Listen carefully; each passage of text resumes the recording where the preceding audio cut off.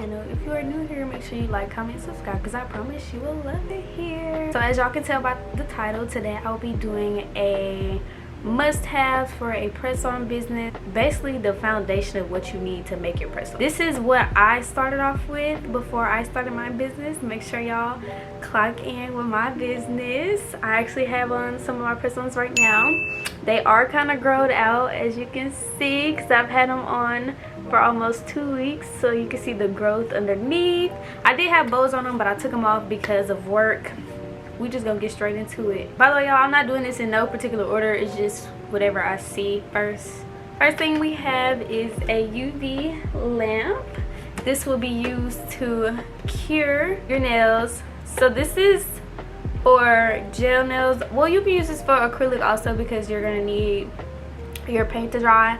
But I do suggest using gel for your nails and not any type of normal polish, because gel lasts longer. I have some double-sided tape.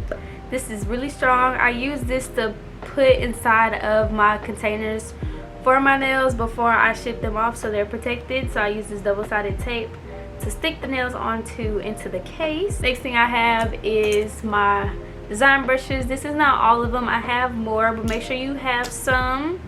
It's kind of what they look like.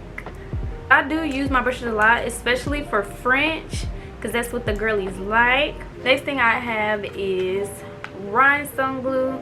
Y'all, this glue is the holy grail for real, especially for charms. Them charms don't be going nowhere, honey, unless you really tug at them.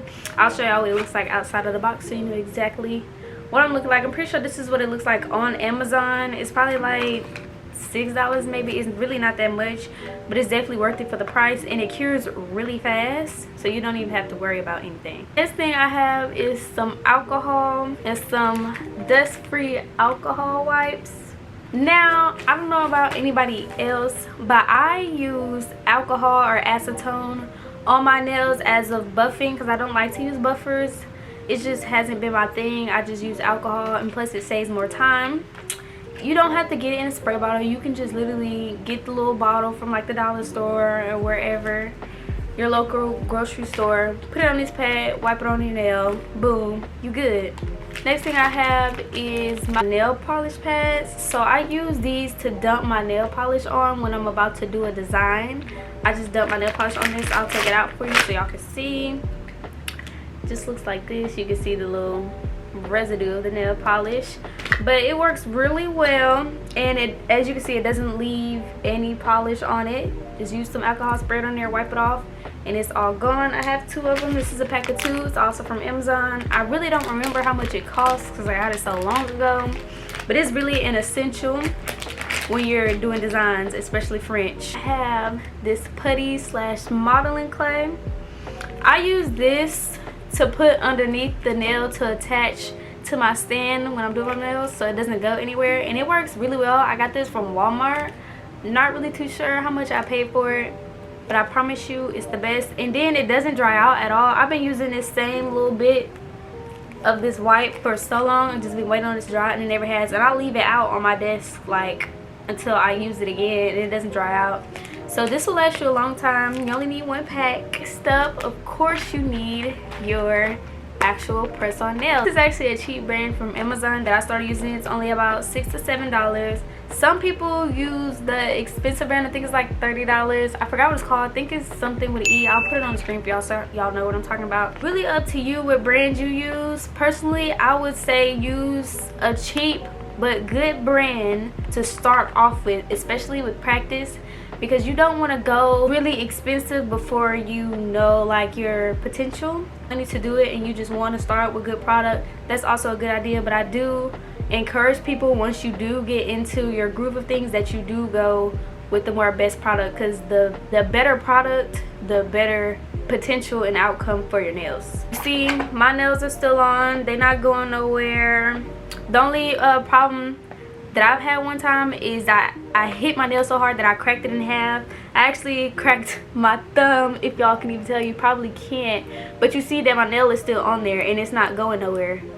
I'm doing this pretty hard, like I'm bending my whole nail back, and you see they're not going nowhere. So it's probably a cheap brand, but it's still a good brand. This is a good brand to start off with. Next up, I have my stands.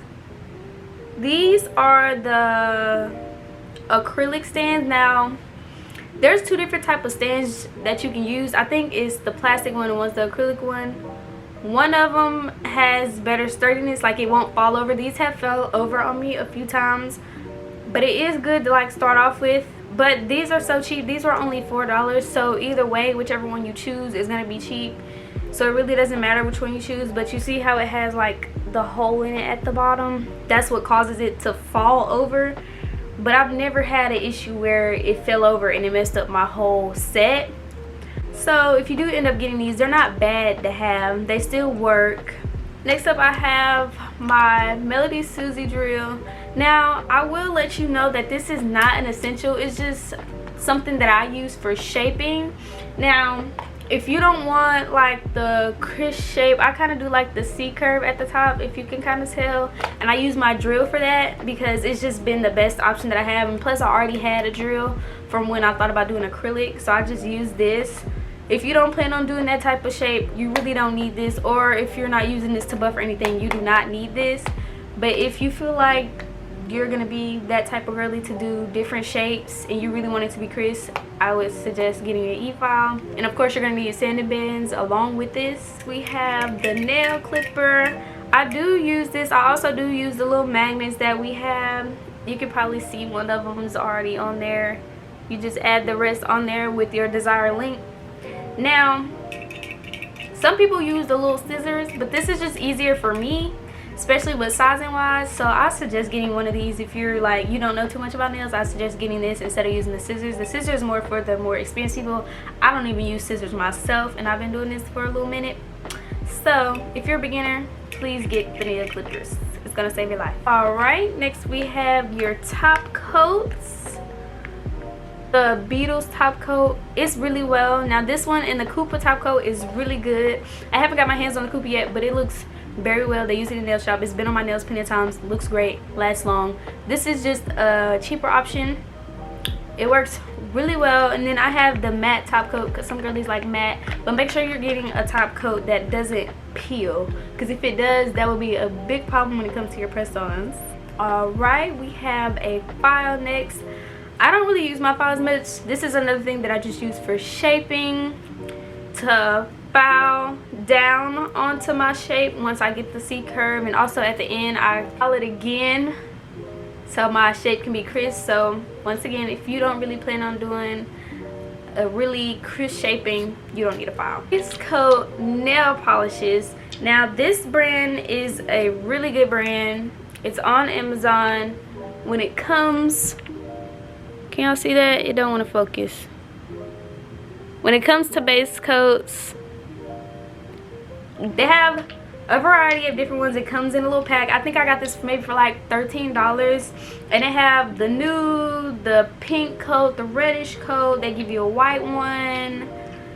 They just have different tints of base coats for your nails. So are very pigmented. Depending on the client and how dark they want their base to be, I really only do it twice with these, but if they want it like really dark, I'll do it 3 times and then you're good.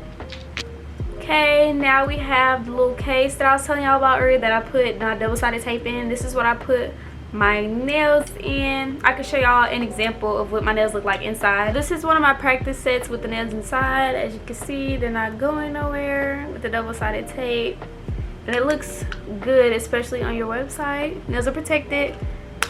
They're not gonna get damaged while they're inside of that, so I really recommend that. Lastly, I can't pick up all my polishes that I have, but make sure you have a good variety of nail polishes. I forgot what brand I'm using. I'll put it on the screen so y'all can see. I think it's the Metalonias or something like that. If you can afford it, we'll buy the D&D brand or Valentino brand that's gel, that you know that nail techs be using.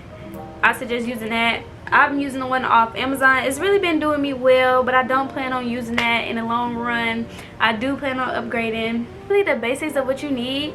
I do suggest getting charms, of course, any type of cleaning supplies, because you do need to be clean even though you're not dealing with real clients, like physically you still need to be clean and have a clean environment. Of course, you need to invest in a good nail space, like a nail desk, a good light so you can see, a mat so you can protect your desk from polish. So need to invest in nail glue because you want to try your nails on so you can promote them so people can actually see what it looks like on your nails. Also, I suggest getting some swatches so you can see exactly what your nail bases and your nail polishes looks like. So when someone asks you, say if you're doing a practice set and they be like, hey, do you have this color, like anything close to this color? And they be like, oh yeah, and they be like, oh, you mind showing me?